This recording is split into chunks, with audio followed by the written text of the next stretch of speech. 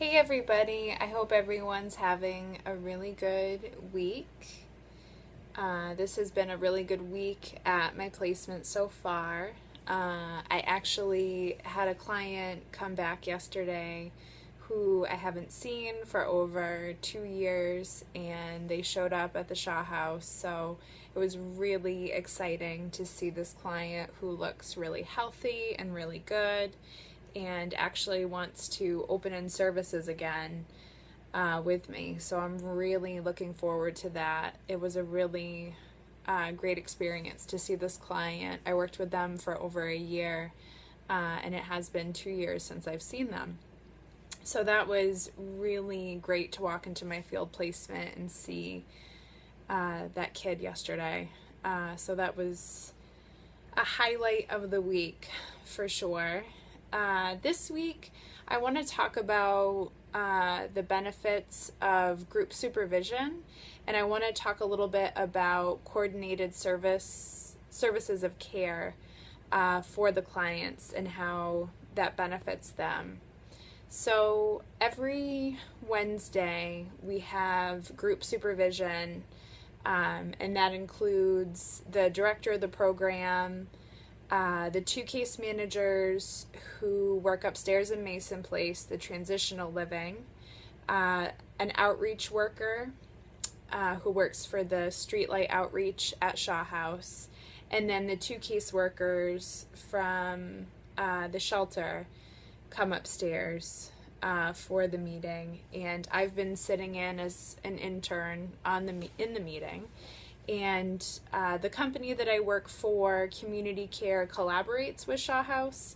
So there is a clinical director who comes every week for an hour to discuss any clinical matters, also to look over any paperwork or intakes that might have some questionable information or any red flags for diagnoses for safety.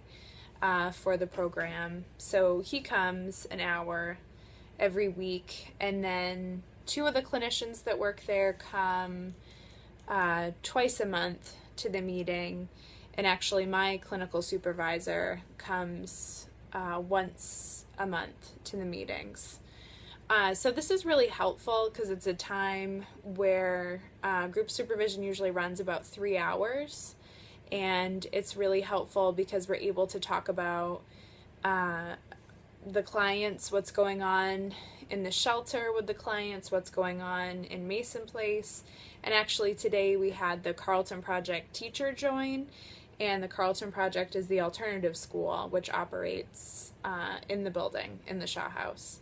So it's nice to have this team of people all come together, and it's really helpful because the director comes basically every week, and if he can't attend in person, he joins by phone.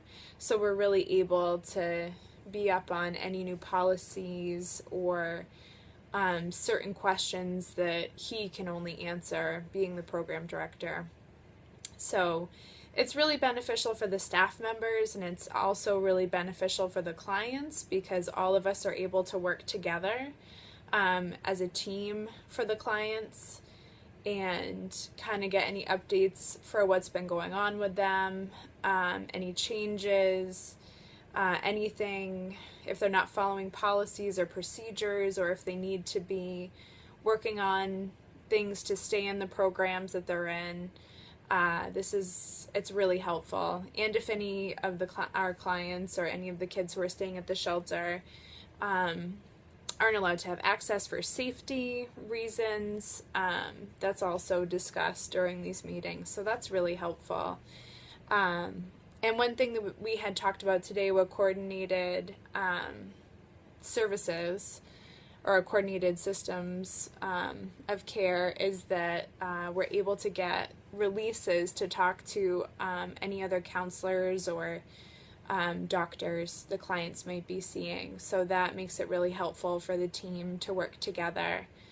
Specifically today we focused on one client who really needs to be working on specific things to stay in the program. So after group today, we were actually able to meet with this client and have a meeting with the housing navigator, myself, his BHP, the clinician, and his teacher, and a caseworker from Mason Place. So that was really helpful.